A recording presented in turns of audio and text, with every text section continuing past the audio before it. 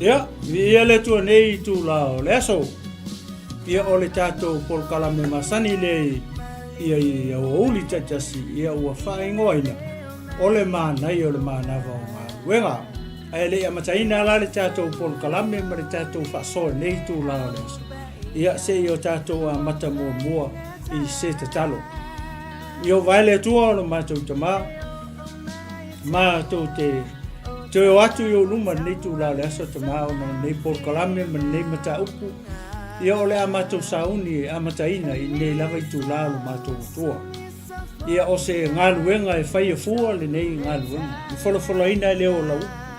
Leanga o le upu o lau o fio o le upu le ola. Le li elo matou atua. Momo lava na matou talo mawala awa e lau o fio i lau fisosoani. Awa au no malau o fio o se GALUEGA e whaia fua le nei GALUEGA. Anga pa ia a fio mai a oi. Na fia mai o ia nganga pa ia te whetalai e te mori o ma wha malama lau upu i ai o whinangalo maloto o tangata. Lau e kalesia e maisi o le au pa ia i le fiafu nei lo mātou atua.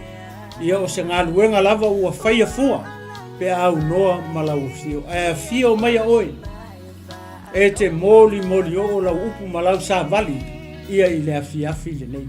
Tau lava ina ia whao ngā mai le ngutu o le leo whaangai o i fo i le lau whaiva o tangata. Ai whetalai lo wanganga pa ia nā te mori o lau upu ma lau sa vali ma le nei whe au ia ai o whinangalo maloto o tangata e maise o lau e kalesia pa ia i le fiafu nei. Ta mau o talo mwala au i lau whaunga le ngausia ia maumba. Le whaunga le solo ai leo whealu alo ai solo e peo se leo na tangi. Ai le ngata i leo lo mātou atua. O le whaunga lea e nā tia ai le mea whai GALUEGA. Ia i lalo ifo le tafu e o rosa tauru. Ai wheta lai pea oe nganga pa ia i le afiafi nei. Ia amataina e lau fio le nei whasoa. Whai uina e lau fio amaya. Ia o whapea i wholawa. Ia o au o le au auna e lea o ngā. Ia whai atu mea umai lau fio. Ina ia vi ia, ma vi ia, ma vi ia ai oe e whaavavau. Ia i lau suafa pa, ia i lau suafa mamalu, i lau suafa e sili ese. Le suafa e maualunga, le suafa e lautele, le suafa loloto, le suafa o tumu i le alofa, ma le alofa muti vali. Le suafa leo lo mato ali i o Yesu Keriso. Ua o tatalo, ua mato tatalo ai, ma vala au atoa nei. Amene, ma amene, ma amene. Ia, ia le tua nei tu lao le aso, tai le tua leo wa tai melo tu soifua ma so mato wola, ia tato to e fei lo foi, ia ile nei tu lao le fiafi, ia e to e fiafa talo fatu ai lea, ia i lauta po inga sa mo mai maota malawa, pa ia si o tato tunu, ia ile ngata foi lea, ia o tua asinisina, o si o tato watunu olo whapena o na tapu ia pea whaiva, ia o alo mawhanau, ia o si o tato watunu o Samoa. Ia malo soifua manuia, malo le langi mama ia ile nei tu la le aso. Ia toi whataro whatu fo ile au whainga luanga pa ia le tua. Ia o lo whapena o na nofo tatalo pea. Ia i le ngato tonu Aotearoa nei ia whapea tulu inga le laurangi. Na whea se tafa o e a fio ai, ma e ngalue ai, ma e au auna ai i le tua. O lo e maua mai e nei po kalame, ma nei whasoa, ia i nei tu la o le aso. Ia whataro whatu, ia te oe le tangata o le tua, ma lo whatu. Ia i le nei tu la o le fiafi, ma lo so i fua manuia, ma lo le langi mama, ma lo le whatotoa. Ia i le ngāluenga le tua, e le nei fo ia so fau. Ia e le ngata fo i lea, ia o le au pa ia, ma le au pele, le au whatu tua oma, uso ma tua whawhine i le li nei tu lao o le fiafi, ia toi whatalo whatu ia te oe. Ia nei tu lao le aso ma lo talo, ia le ngata fo i lea uoma pa angar glopo, ia o lo o a fio fo i ma saili ma lo i tafa i fio nei larong.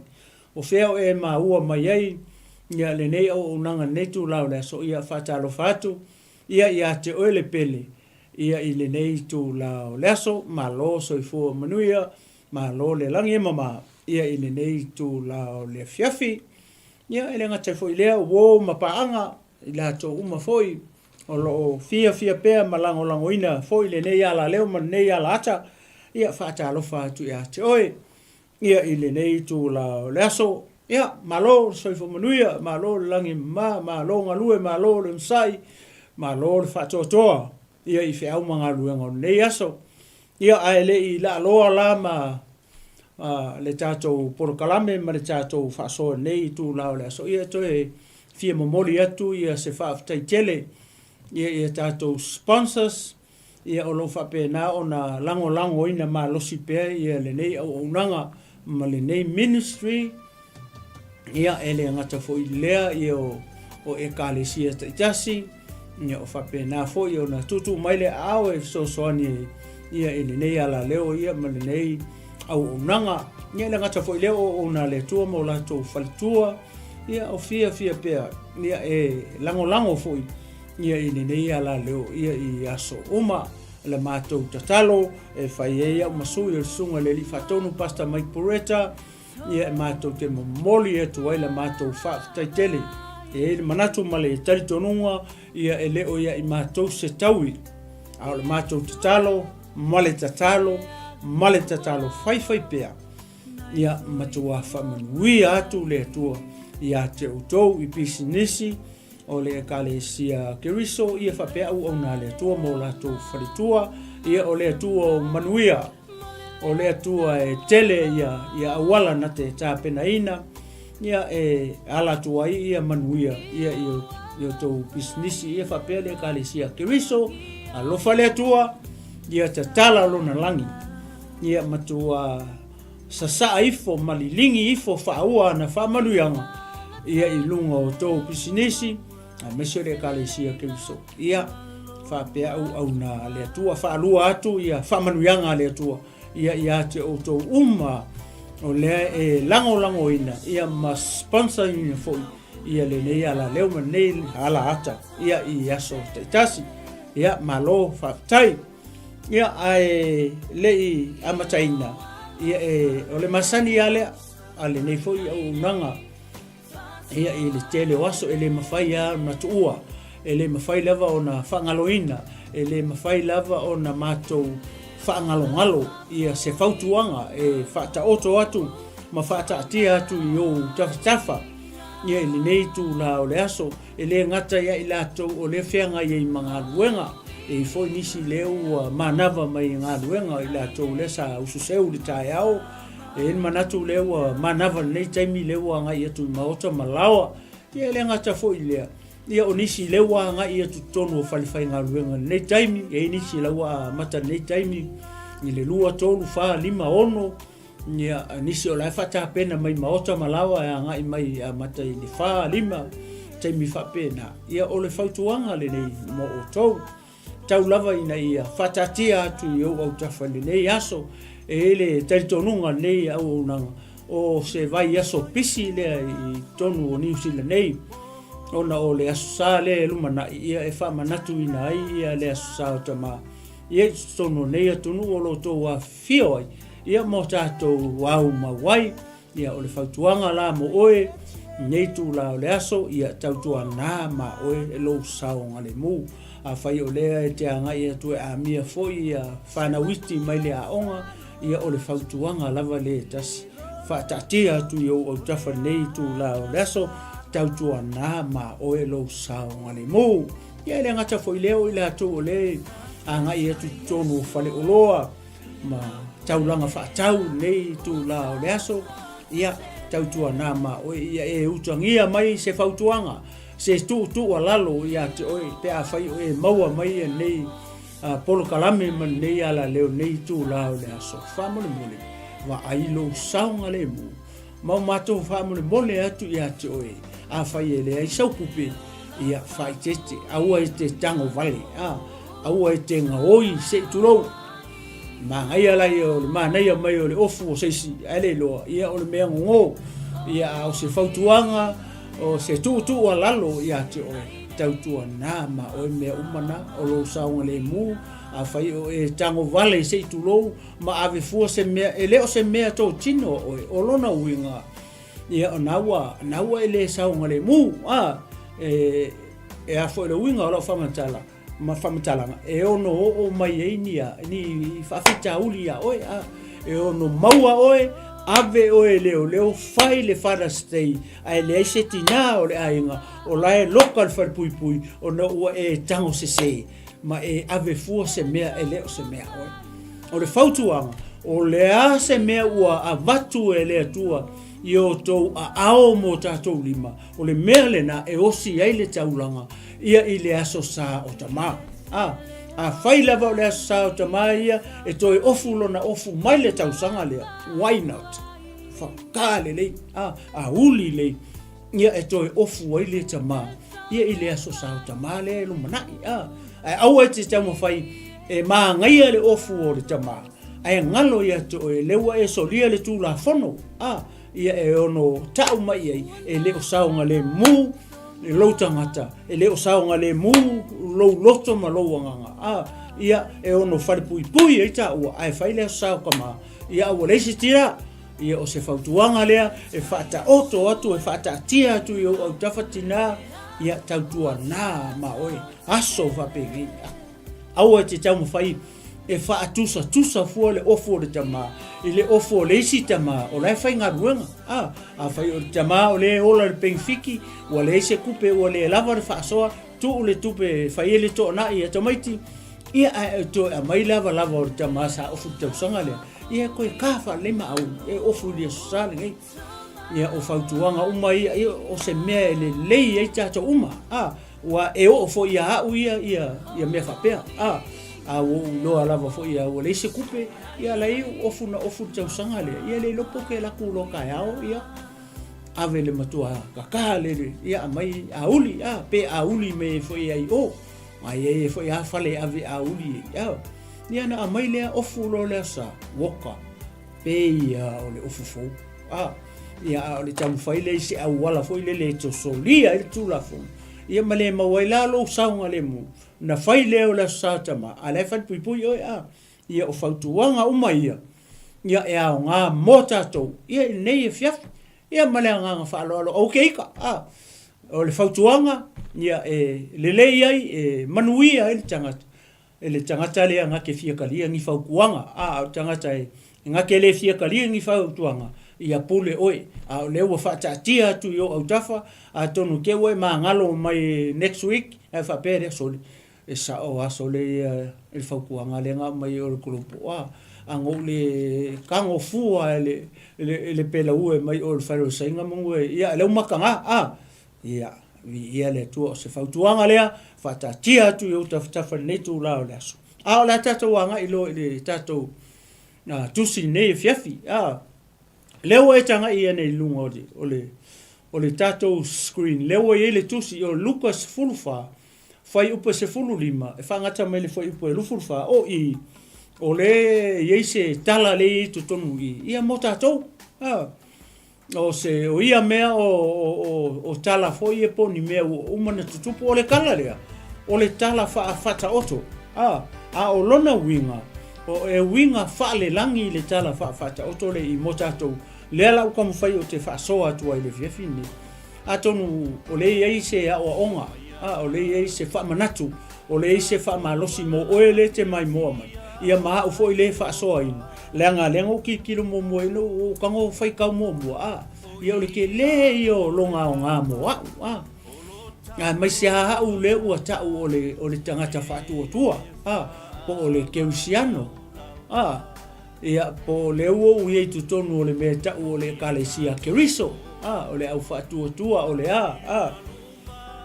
e au ngāla ia o le winga leo lau whamtanga le lau tau mo whaila e foi le e whaitau atu nai veses e pe fitu e pe iwa veses e leo le tonu o le tala leo ia mo tātou nenei e fiafi te maua la i le Lukas fulfa foi pe sulima lai foi pe lusufa le la utam fai tau atu ia ole tasi oe na ta oto ai maia ua whaalongo ia i nā mea ona fai mai leo o ia te ia amu ia le ai ile malo ole atua O upula ia, leo te fia wha autua ia le wha malosi po le mo le tātou tala, ma se tala to e wha manatu, o se tala foi le lewa to e apoa i mai ei tātou ia le nei foi teimi, le nei au ngātu pulanga ua o tātou iai upula ia le wha pe amu ia le ai ile malo ole atua. Te kele i o mawhisini, o le hale mea tau o le malo le atua. O fea e iai le malo le atua. O ai le kupu o le malo le atua. Kele o le mawhisini, e mawhaiwha ngai ngofo e mawhaingi au fisini. E wha tatau la, ne me lea kau o le malo le atua. Le ufa marika ngaka lea, amu ia le ai, ile malo o le atua. E fea o iai le malo le atua lea. O fea iai le malo le atua lea kau pala ika ngaka. Le fai ele tala tangata lea. Amu ia sole kangaka ai le malo le atua. Ia vi ia le atua nei viafi. Le la fai tau umatu ia vesesi. O mai lola ia. Au o fetala i atu o ia te ia. Na sau nia ele tasi tangata le tali suanga tele. Na tala i atu foi e ia i tangata e to tele. Wo o foi i le tu waso e fai e le tali suanga. O na awina atu lea e ia o lana au auna e fai atu i e na tala ina. Ina o to o mai awa ua uma o na saunia o mea uma. E ia le tua. O na la tou fe lafo i ai lea ua tasi le loto. Ua fai mai le tasi i a te ia. Ua o whaatau le whanua e te tau ona o walu watu e mata ai. Se i e whaapea ia tuu mai i a te au. Ua fai mai fo i le tasi. Ua o whaatau pogi. E lima ni tailua. Lima ni tailua 5 times 2 equal 10. O lona winga. E lima ka ilua. O lona winga. E se fulu povi lenga whaakau e tangata lea. I ea lea tua. E lima ni tailua. 5 times 2 equal 10. Ia, ngai te sila fia wa o ngai leila maths talo mo foi la le se o fai tau atu uma foi pui ia ona mata le mu tu ai le o le fasoa o se fa manatu o se fe au o le tonu i mo tatou fa mai lola ia fa mai o foi tasi le tailu o tala ia tu foi e ia i tangata e to le o foi le ia so ko foi e no le misi foi pule ngo foi le ia te amu ia le ai le malo le tu o fetala ia tu o ia te ia na saunia ele tasi tangata le tali suanga tele o tala ia tu foi e ia i tangata e to tele o foi iona aso e fai ai le tali suanga ona awina atu le e ia o lana au e fai atu ie na tala ina ia o tō mai awa ua uma o na saunia o mea uma. O na la tō fe lafo a ia ilea ua tasi le loto. Ua fai mai le tasi ia te ia ua o whaatau le whanua e te tau ona o walu watu e mata ai se i e whaapea ia tuu mai ia te au. Ua fai mai fo le tasi ua o whaatau povi e lima ni tailua. O te alu e whaataitai iai. Se e whaapea ia tuu mai ia tau. Ua fai mai fo i le tasi. Ua o fai awa o le melea. O te le mawhai hei o na alu. Ua alu atu lea au na. Ua ita hai lea o le matai o le ainga. Ua fai atu ia i lana au na. I nā alu ia vave. I ala maala atua o le ai. Ma ia au mai i nei i e matitiva. Ma e mumutu, ma e pipili, a toa ma e tauaso. Ona fai mai leo le au na leli ie, ua uma ona faia o lea mea na e polo ai mai ai. Ae le ino fo ia le fale. Ua fai atu lea li i le au na, i nā alu watu ia i ala tele, mama ngā ala, ma ia pulu nau watu, la tau te o mai ina ia tumu lou nei fale. Awa o te whai atu ia te outou, le ai lava se tasi o ia tangata e na tala ina e ai I lau tali suanga nei. Pei ona o whai atu, o le tala lea, o le tala wha ta oto. A e whalongolongo mai tau lelei. Pei ona o whai atu, o lea o lo o atangia mai I le mea tau o le tali suanga. O le tali suanga, o le mea lepe o le wha ta tau I foi upu ia. A e vava aila I ei, whai mai. O le tali suanga nga ka penga e le tas tangata. Ona umalola ia ona ta pena o le tali suanga nei. Ona whai atu ai lola ia leo o le matai. Ilana au auna. E alula e talai. Le tali suanga lea. Mavala au lia tangata. A le winga o le upu lepe na whai atu le whai mai le tangata I lunga al fwai pumua mua whai mai. O le tasi o e na ta oto e ai mai ua whaalongo o ia I nā mea o na whai mai ei le o ia I ate ia. Amu ia le ai ile ma lo ole atua. O le tali suanga le kala ngoa ia le ia veses ia. O le tali suanga ile ma lo ole atua. A kako wawa ai le ei peo na whai atu o le tala wha ta oto. Ai olona winga e whaale langi le winga o tala wha oto. O saunoanga ia mawhetalainga Iesu sa matua I le malama I le tele o tangata I le taimi o Iesu. Sa le malama I ai o ao. Sa le malama I ai farasaio. Sa le malama I ai le au whaitaulanga siri. E o lava I so o Iesu. E le malama I whetalainga a Iesu. Ona sa wha o ngala Iesu ia upu po tala wha ta oto. E wha matalai ia le malo o le langi. Po le malo o le atua. Leo wha maritangata le I. Leo a ka lai mai ia le tali suanga. Po ka lai mai ia le ainga. Le a whai le malo le atua. Le ala pewa. Wa wha ke ia le tangata le. Ma whai lo lang kala le. Amu ia le tangata. E ai le malo o le atua. A whaifo ila lewa e mai moa mai whalongolongo mai le afiafini. O oe o le tangata lenga ka lai a ko ele skari suanga lea. Ia e mauti noa ma koe whamanatu atu e le whamalosi I le afiafini nei mo oe le te mai moa mai. Ma le tangata le whasoa ina atu. O le tali suanga lea, o le ainga lea lewa tā pena. E le isi tangata. O le ata o le tali suanga I le malo o le atua. Ai se o kako vava ai ala. I le mea lewa tupu I tangata. Ai se leanga lewa ua sau le vala aulia. Ua sau le vala aulia o le tali suanga lea. Lewa sau le vala aulia. Lea lai e tangata le tutonu I. Vava ai tangata ia.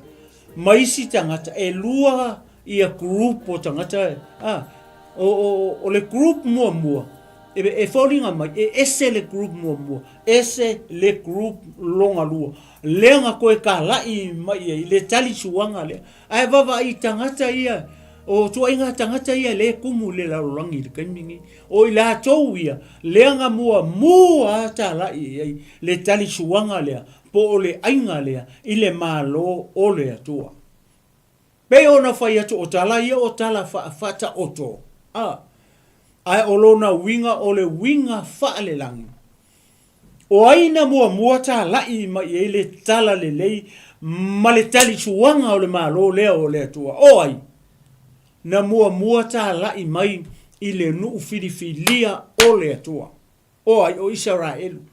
Na mua mai e le tala ina o le tali suanga lea, po o le ainga lea, I le malo o le atua, nga mua ka lai mai e le atua, I longa nguu filifilia o Israel. Lea la pa tato vava ai, o le group mua lea, e te wa ai tangata I, o kangaka mau mea, o tangata mau alulunga, o tangata mau ale oa, e tele le ta mau ainga, o ila touia, lena ta lai mua mai e le tali suanga lea. o le ale mele le tau mai tonu o le tala. I tangata e kolu i ku ai ngaka le ko kongo le community le. O ila tau ala ia le nga fa mua ma i le tala inga o le tali suanga le. Aisia leanga o le nuu filifilia o le atua o Israel o le aka le ngā ukangaka ia le nga mua tā lai ma i le tala le lei o le malo o le atua. Ia tele i o kalawhakaikai, tele i o mea whapena le tutupu i tonu i. Nina ua sau le whawhinge kanana e sa ili wha malo longa mai a Yesu. O le ale tala Yesu ngā whare whinge. Se i mua ona a ai le whanau o tangata se ia maonga. Se ia mua ona a ai le whanau le whanau ngā Israelu po ona tangata se ia ai mua se ia maonga. Ai whamai ale tala le whinge o ngu ese. Sau whinge sau ai i merenga ko ulu aku i lungo lao ai. Whamai esu e le mai maua. Mea ai ele whanau i uli. E le mai maua mea ai a Israelu masai uta i whanau a tangata o nu ese. O kako o uli sa tau i tātou. E le nuu filifilia o le atu o kako o uli. O kako o maile se i turou le fiafine. Taewa ai lea lofa whasa lapa o lo tātou atua. Lea lofa laukele o Yesu ke uso. Ua ke i Yesu le whalongo aku. Whamaile kala le whawhingi. Ioe, o uli foi i lalo le lao ai o lātou taula. Po lātou matai, lātou te ai i me ko ulu mai le lao ai e le kupu. Whapenga maa le mea. I le ua tupu nei i tangata ia. Lea mele ua tupu i tangata ia e tōtoro. O le kele ia le mele ua tupu. Le ua kala inga. Kala i mua mai ai ala tō. Aisea, leanga o la tō o le nuu filifilia o le atua. Le nguu lea, le ngā fio mai ai Yesu i le tino. Sau le nguu lea. Le nguu ai, o le nguu o Israel uai mai le tribe o Utah. O i ngā ui mai ai ia Yesu i le kingo i le tribe ngā o Utah. Lea lawa e whalongo i le fiafile. Lea ngā mua ka la i e tala le. O le ata o tangata mau mea. O le ata o tangata i tele le oa male ta mau ai. Lea ngā au mai mua i e le tala le. Lea ngā sau mai Yesu. Ai whaikaunga le i one mua. Wha mai ua te ena fo i o ia. E ona tangata. Pa e whaikau i fo i pasukasi i one mua. Ne wha mai ua sai le amatanga le loko. O le atua fo i o le loko. Wha mai fo i pasufuru wha le i one mua. Ua liu tino tangata le loko. Nea lawa e whalongo i ai. I le afiafine. Lea lawa sau le kala inga. I le tau sama anga lea. Nea ngau mai mua i tangata o le nuu o le atua. Le nuu fidifidia. Ale ana mele nga kupu i. E tonu i tu ai ngā tangata le i. Le kokongu e tonu i tu ai ngā Israelu. Le to tonu i. Te umalaka ko whaalongo i. Awa o le mele na tupu i. Ina ua tā lai mai le tani tuanga. Ua tā lai mai le ainga. O le ata o le whaai poiponga. Le ua mai le mea tau o le invitation. Le ua invite mai oi. E ke anu waku lai o i le tali tuanga lea. O le tali tuanga, o le aka, o le whaai poiponga. Le mea lea la whai i. O mea lea tua. Ngā maka i whaai poiponga. E koe whaai u fo i le whaai poiponga. Amene. Ngā maka mea lea tua le whaai poiponga. Ngā maka ia a kamuma e wasapa ia. O le taimi nei e lea kau kea ngā ia ku iei. O lea fo i la kau kea ngā ia tu le whaai poiponga muli. O ai le la fai poi tua. Le kau kala mele fionga pa ia le tua. O Yesu malana e kalesia. O le ale mele tupu i. O le kau faa mama le kau pou. Ua anga sala le tau pou. Ua ele le tau pou. Ua pa le tau pou. O le ale mele fai. O le faa mama le tau pou. Ilea. Ile whaipoiponga ua toi whai u ile whaipoiponga mea ale tua. Le kikilo le kala le. O le kala o le ainga. O le tala ile tausaminga ile ainga o le whaipoiponga. Neanga o le tau ai tonu iwhai mai amu ia le tangata. E ai le malo le tua. Awhea i le aso lea. O le aso lea. Lea o le a whetai ai ma wheiloa i le whatoa whaiawa. Ma le whatoa no whetane. I le wangimo ngimo i le langi nunga. Le tautala i le whaalinga se fulu ma le iwa. Wha mai a whio ifo le whatoa whaiawa. Na whetai ai lea ma le whatoa no whetane. Le ua saunia e ia o ia. O ai lenga saunia le. Le whatoa no whetane. O Yesu nga ia saunia. O Yesu nga ia filifilia. O Yesu nga ia whaakaua. Nga whaakau ilonga koko. Nga koe whaamama le tau pou ang sala. I le toto o le whatoa whaiawa. Le toto lea o le tato li. O Yesu ke wiso. O Yesu o le whatoa whaiawa. A o le ekalesia le ka penga masaungi le taimini. O le whatoa no whetane. Se ilonga lai a toa mapa ia. Na o le tua na te sile fia le taimi e ato atoa aila na ekalesia pe perfect aila nga ekalesia ua mama langa ekalesia ua uma ona wha mama i le vai ma le upu o le mea ngā leo lo wha mama i le ekalesia o e le te mai mua mai ma le tangata le wha soa ku le fiafingi o tātou o le ekalesia o tātou o lea o le whatoa nofotane o le kapenga o le fufulu aisea le anga ua pala lea le tau pou ua anga sala le tau pou le ala ua koe wha mamala le ua fio mai Yesu whaakau ilona toto pa ia ua e vaai ai tau pou ua e vaai ai ekalesia ua e vaai ai oe le tangata whaatuatua oe le tangata pa ia oe le tino male le tino ke wiso male au whaatuatua i le whiawhi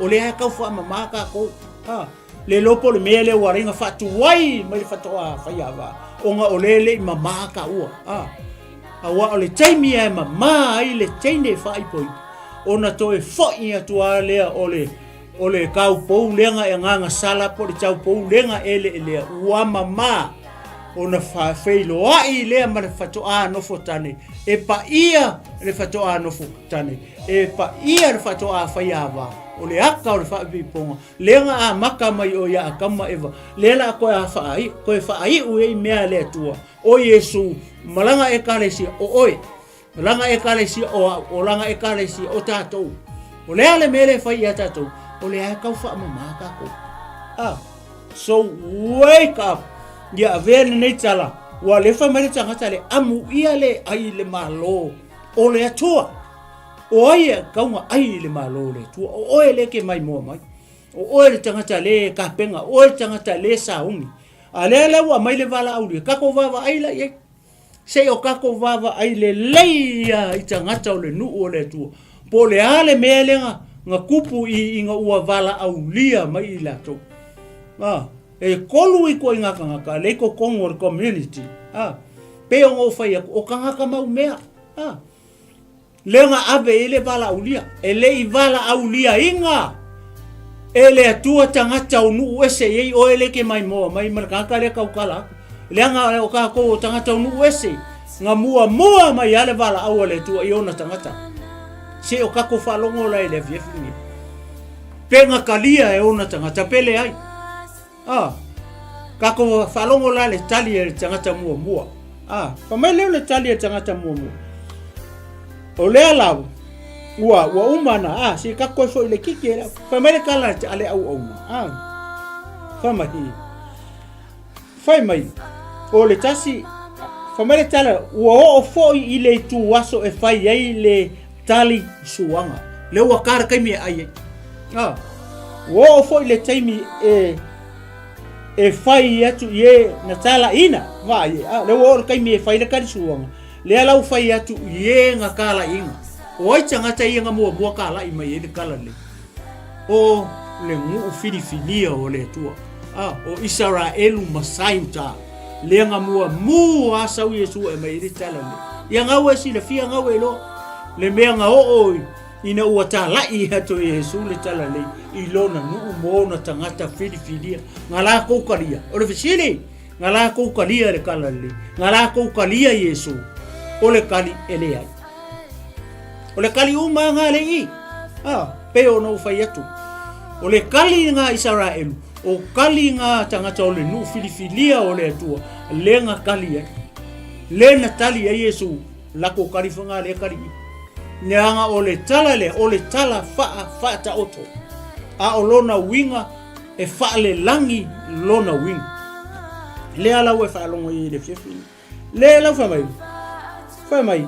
Ua o fo i le tuaso e fai ai le tali suanga. Ona awina atu lea e ia o lana au auna e fai atu i e na tala ina. Ina o towo mai ia awa ua uma ona saunia o mea uma. O mai.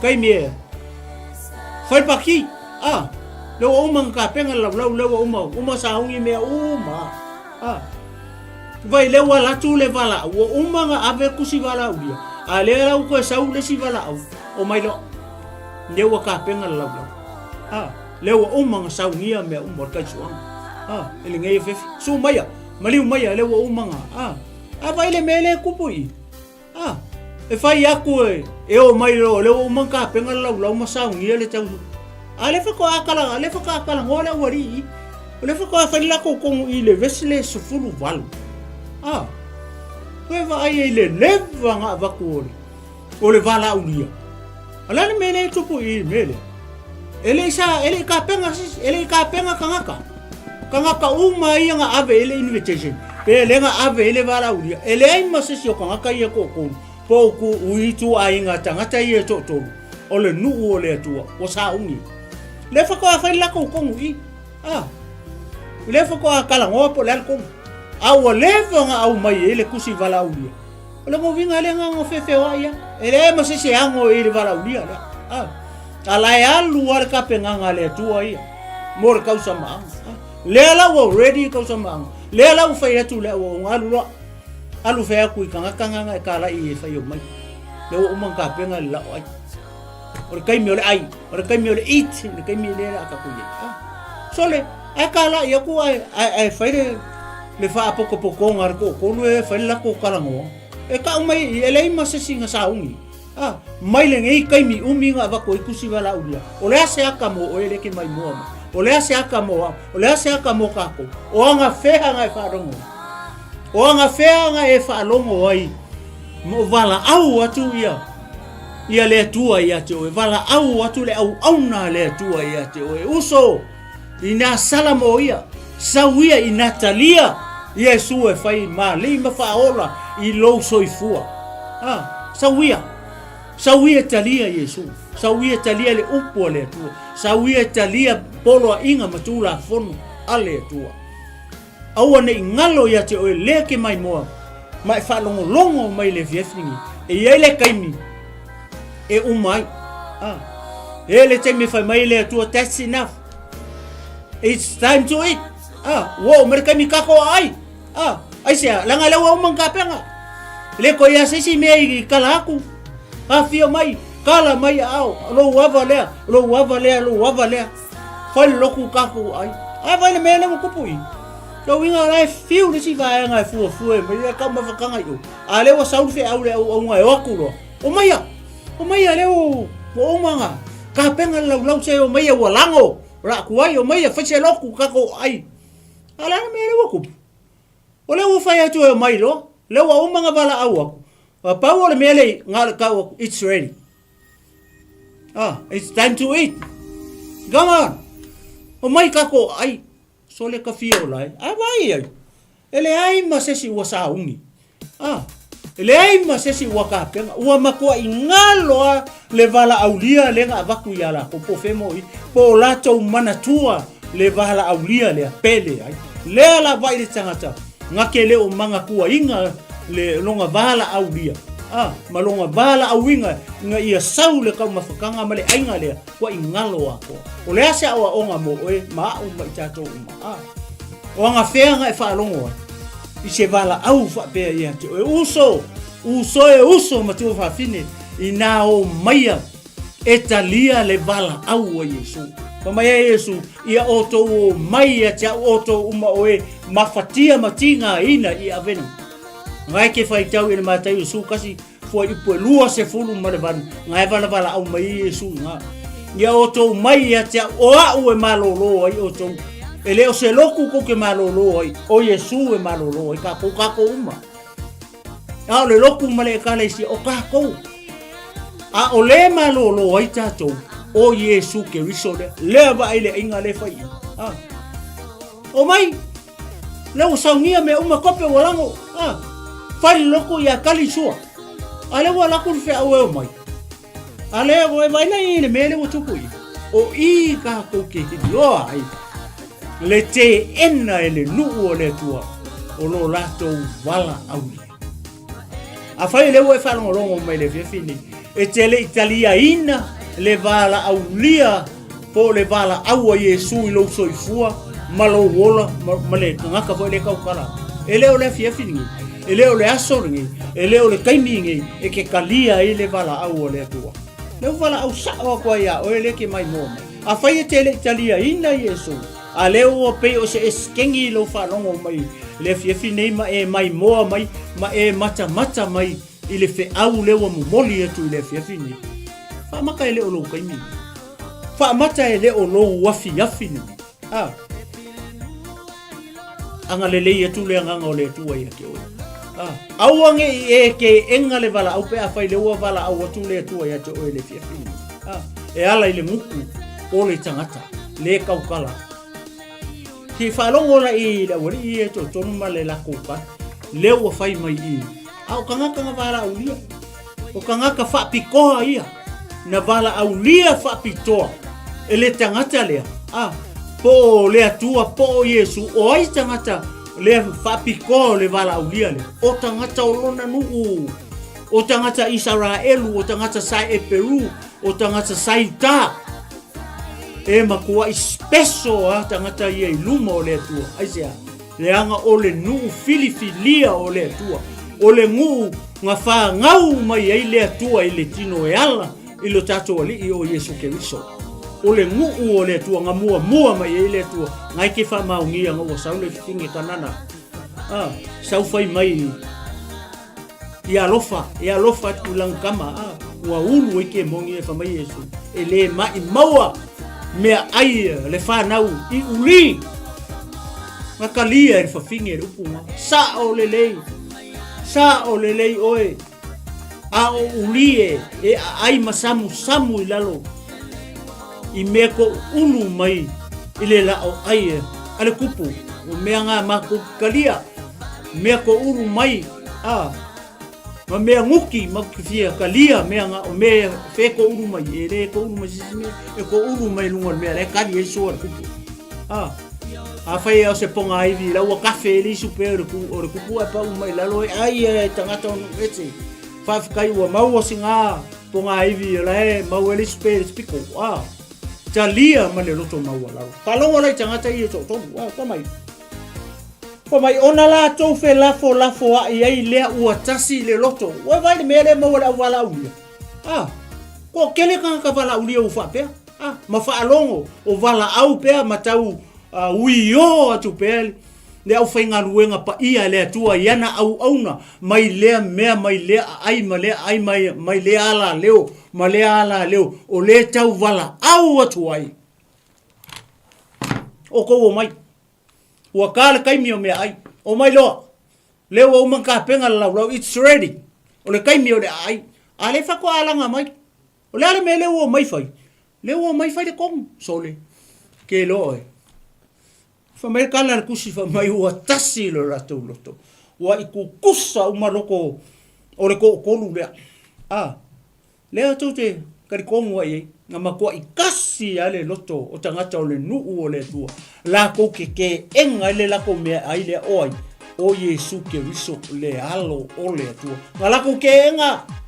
Ele manga nga o ai. O la ko nga mua ka la I mai ei le kala lei. Le alafa mai loa I o ane mua.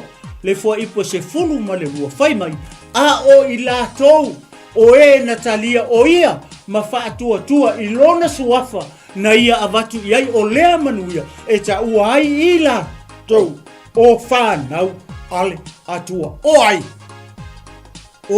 i lātou leo wa lātou talia ma whaatua i lona suafa o ai i lātou ia leo avaku iai le manguia e ka ua ai i lākou o whangau ale atua o oe mau mai tātou o ai o tangata o nuu ese nga e whai tau i e le mua le ione whai ipu mua se kau al whai ipu esfulfa nga e ka ua i le liu tino tangata le loko ai vai whai ipu esfulka singa nga ke enga ai oso me le whai ipu esfulma le lua whamai a oi la tau o na talia o ia ma whaatua i lona suafa na ia avatu iai o lea manguia o lea le manguia wata ua ai i lātou o le whanau ale atua. Me vai le māngai o le mele kupui. O se a oa onga mo e mau mai tātou uma nei fia. Se kako whalongo lai upo le awari ia. Whai mai. Ua whai atu o me whai aku le seri ia. O whai atu le tasi i ate ia. Ua o whaatau le whanua. E tatau ona o walu e mata ai. Se e whaapea ia tu mai i atea. Lea lau alaku lea uaunga e whamai. E malie. O a au whakoa whakaule i whamua i. Kalaku ang hafi. Po ang hafi fo. Le mele ku me se avangoa e kia. Ke fia aru ke maka i lo whamua. Wow! O leo ta pena ia le tau samaanga male ainga. Le malo le ata o le malo le tua. Ale fia alu le uso le fia maka i lea. Ilonga whangua fou lenga whakau. Mo whea iei le melea, o le lalolangi. O le lalolangi, ua nau loto tangata, i ngei mea o whangua, i ngei mea o ele. Ele o ngi mea e whai mo kako o mea ale lalolangi, a ua uma o na tā pena e le atua le manguia i le langi. A o mea lei le lalolangi, i ei le aso, i ei le taimi, e ma vai atuai. E uma ele kai me solo i sea uma ele tua me uma le lunga la langi a le fa mai ke fia alu ke maka ke fia maka i do famu wale fia maka ia Yesu wale fia maka i le kausa maanga wa ia le kalia no le invitation le wa a le ala wa ke enga wa ke e mai ke le manga wai kele manga o nga kausa maanga o kele manga o nga mea o ke fia maka i lo fangua na mele ku mai se avangua mu va ku ia le o ngo le ska fa longo le kali le ska ko mai o fa tau ia ka mo le ka longa lu fa mai o fa tau povi e lima ni tailua e lima ia povi foi le kai lua longo winga ko nga povi foi le mau oi le amo le yok foi le loka o povi foi e fainga luenga fa mai lima ni tai lua longo winga e se fulu povi de uso le fa o le ale mele fa mai tanga te manga o fainga povi fa mai fia no fia fa kai yang po fia no fa kai yang po o le ale ka o le me o ka o mea o le la le mana na o yitana tanga o le ase o nga mo e ma o mai tato ile nei la lo langi o lo to wa fifi o ai mo ngo fo ia o kele o kerisiano e o kele fa ia ko lenga o tele o kerisiano wa la to nau i o ama mea o le lo langi nei ai le fai mo ka ko o mea na mai ele tua e o to a o mo ka ko lima ka ko ke sia ko ile ska le kanga kala nga ke fia mo se me le mele ave isi kui lua ngisi povi se lua masis le mele ave ia ngisi povi malo wanko le mele ave ngi povi malo wanti le mele ave ngisi povi malo us ave sisi povi malo ko fingi malo ko o le ale ata o ia me o le greedy o le mata pe o tangata i mea o le kingo ngi mea o le lalo lang o le kala inga male aka fa oko le ka kala I am ia le ai le malo le tu o le ale nga se furu ia povi ai le ai malo le tu O le ale me mangai ai lo fangua. Ai kele ai le malo le tua. O le nga.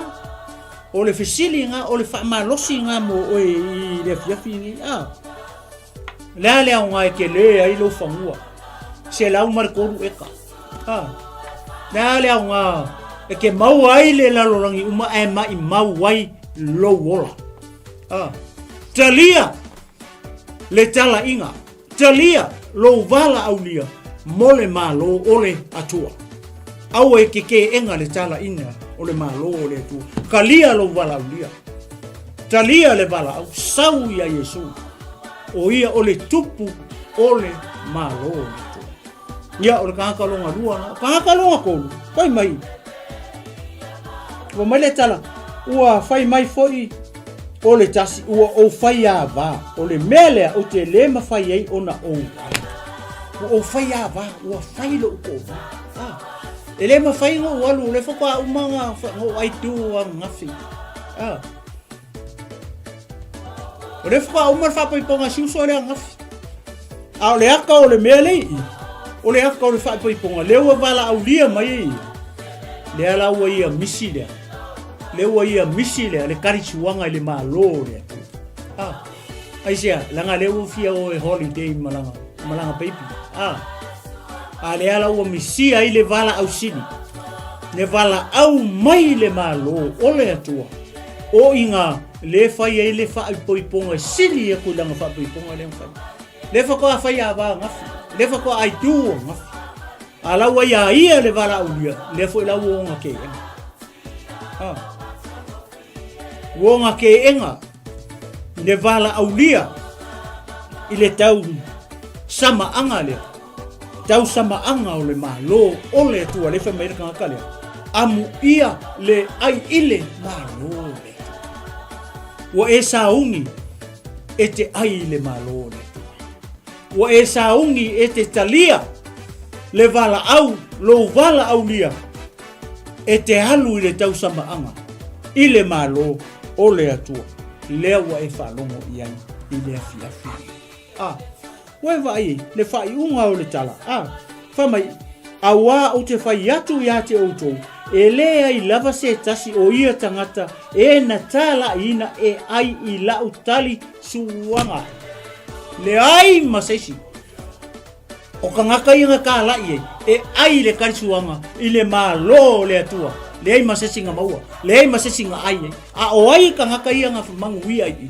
nga mangui ai o e mau mai tatou o tangata o nu ese nga le nga mua nga kalia fa le le nu ese le kala inga le o le malo le atua o le kupu o Yesu Keriso o le famai nga ka o mai a o le o mai a vai le ikao o le makai fai aku lo ilanga au alu kua ia la kua alu kua awala le kua e kau aku kangaka mamai kangaka pipili kangaka kauaso kangaka mamai kangaka ngungu inga iyo mai inga ia kum o ilo fale wai le wa manga ia kangaka mamai aisia o nga ua le manga nga ola le ngu o le tua wale manga nga o ai le au mau mea ne au ke le fangua le au fai ka vale le au fai wale manga oi wale manga wala ko le kalia le bala au le ala wakinga wa ia tule le tupu oi mai mau saungi nginga oka angale ilo ale kapea umanga povis full lima angale ilo ale fai ngasa pasui e luse full ulo angai ilo ale fai nga ma ona mai mau ole aku la foai ia mea ai o le tali suanga le sa fa moe aku e o mai i la tou lenga special o la ko wala ulia lenga vaku i ele fasi pepa lo wala ulia le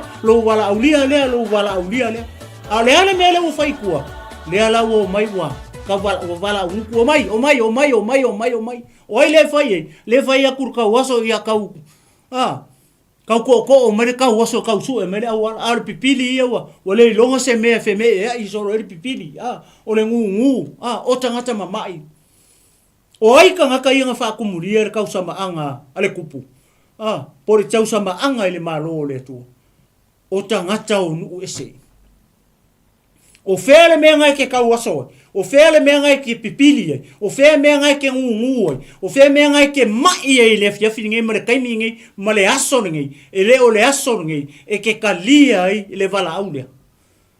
Inga ia e sau le tau mawhatanga. Le tau mawhatanga ia i whea. Le tau mawhatanga i le malo o le atua. Le whai mai tangata lea. Amuia le tangata e ai le malo o le atua. Ke fia ai le malo le atua.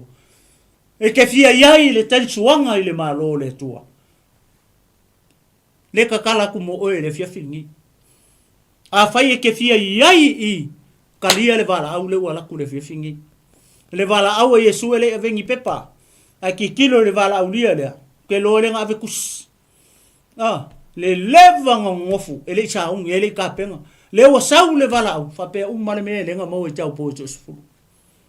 Nga o e whaafetai ai le whatoa whai awa.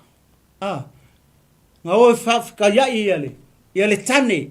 E whamai popoko isi, ai walea isi. Ia o le unga nga, sau le wala au a kui whairunga ringi mea. E le insu au. Oisia, e le kapenga, e le saungi. Ia le ua misi e le avangoi. E koe foi mai le whale o roanga oi. Ua roka kako whaikoa. E kui ia koe whamarika ka le wala au mai kong. I ngā waku ia o koe whafo. Le mea oro iai lea, le kau whaikangi au e ma le lili vau ngifo aku ia o koui o le pauri uri. O le akaranga o e ma, o pea whaia, tātou te le sa uni, ma tātou le talia ina, le vala au lia, lewa vala au mai i le tani suanga le ifea, i le malo o le atua. A whaia te talia, a whai e kele i kalia le wala au, a whai e kele i kalia. Ia le tari suanga lea. O ka mai o tātou tangata nu ese. Le kaukala i, mai le ua maua le avanoa nu ese. Le laifa mai loi o ne mua ngā whai pisulu. O i la tou, o e na talia, o ia mawhatu o tua i lona suafa. Na ia avatu iai o le manuia. E ta ua ai i la tou, o whanau ale atua. Le ua maua kako avangoa i. Tātou o tangata o nu ese. Ai o le kala le leima le vala au lia. Nga mua mai le ngu o le tua. Le nga sau i ele whawhinge kanana aisi ai. O le mea ai a le whanau. Lea, o le upu. Malolo ai, ia pipini. Malolo ai mai. Kuku ai, sola ai ke mongi. Mea ai ngā le whanau. Samoa, leu e whaalongo mai le fiafini. Tau ina ianga le lei atu le anganga pa ia o le tua ne ia fiafini. Toa atu se me ole mawhai ana o iei. Sau soa i le afiafi nei. Pau leo se me o whai loa mai e le anganga pa i o le tua ia te au nei afiafi. O te tufa atu. Mō tātou uma ia i nei afiafi. O le a tātou whai u se tatalo. I o vai le tua o na mātou tamā. Paftai tele mo la upu nei afiafi. Wa mai anei le ngā luenga le ato toa lau au auna. Tamā. O tatalo e lafo i atu i lo nganga pa ia. O ia na te wha malama. O ia na te moli o. Ile ai o fina ngalo maloto o lo nuu mau tangata. Ai maise o le au filifilia, le au keusiano o le au tua.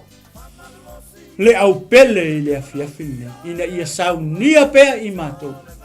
Aua ne i wha fua se ia sa matou tonu ma sa matou tala. E toe whaifo uatu wai le taimi.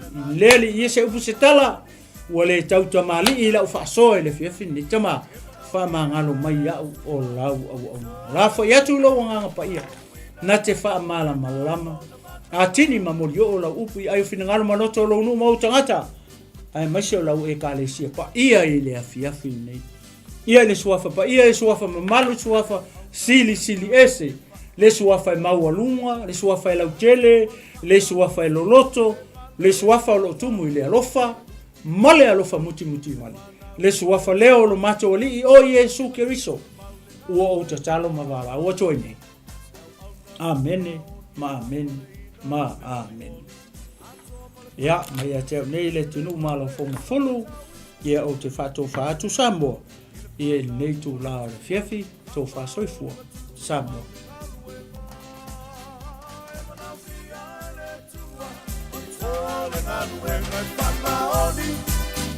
Manalosi, MANAVA, tua o ni tole galuega pauina e fatumuina I lona mana e manaumia e le tua o ni tole galuega whamaoni whamalolosi e manaumia e le tua o ni tole galuega pauina pauina pauina pauina e fatumuina I lona mana pauina e fatumuina I lona mana.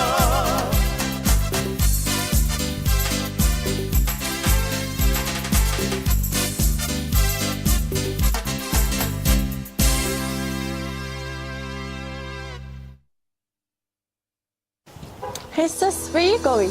Oh, I'm just heading out to find a place to send money to my uncle in Samoa. Oh, why waste time and petrol? You can use UP Group Money.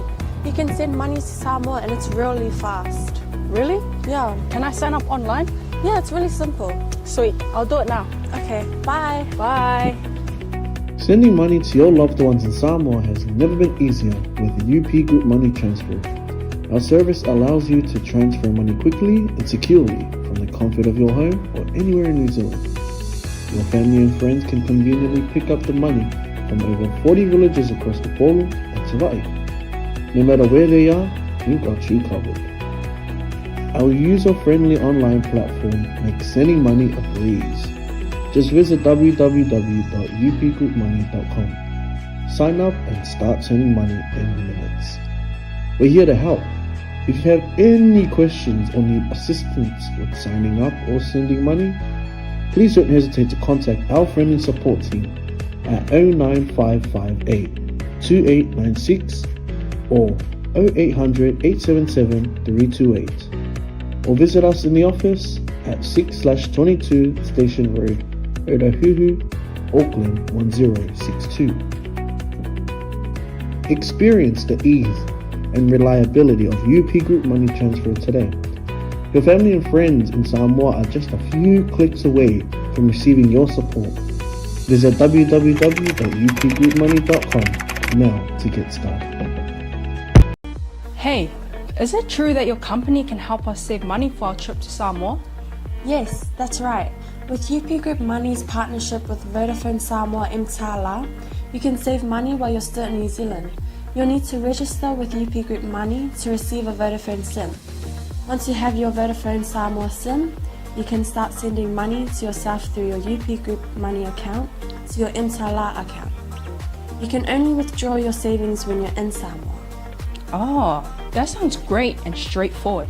Can I do my registration online?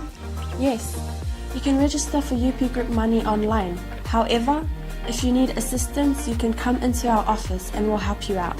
For 𝚘𝚘𝚢𝚘, you'll need to visit our office to register and collect your Vodafone Samoa SIM. UP Group Money, in partnership with Vodafone Samoa 𝚘𝚘𝚢𝚘, offers you a unique way to save for your trip to Samoa while you're still in New Zealand. Here's how it works. First, register with UP Group Money. You can do this online or visit our office for assistance. Second, receive your Vodafone Samoa SIM. To complete your 𝚘𝚘𝚢𝚘 registration, you'll need to visit our office. And lastly, start saving. Use your UP Group Money account to send money to your 𝚘𝚘𝚢𝚘 account. The best part, you can only withdraw your savings once you're in Samoa, ensuring you have funds ready for your trip. Wow, that sounds really convenient. I can't wait to start saving. Exactly. So why wait? Visit our website to register with UP Group Money today, or stop by our office for any assistance.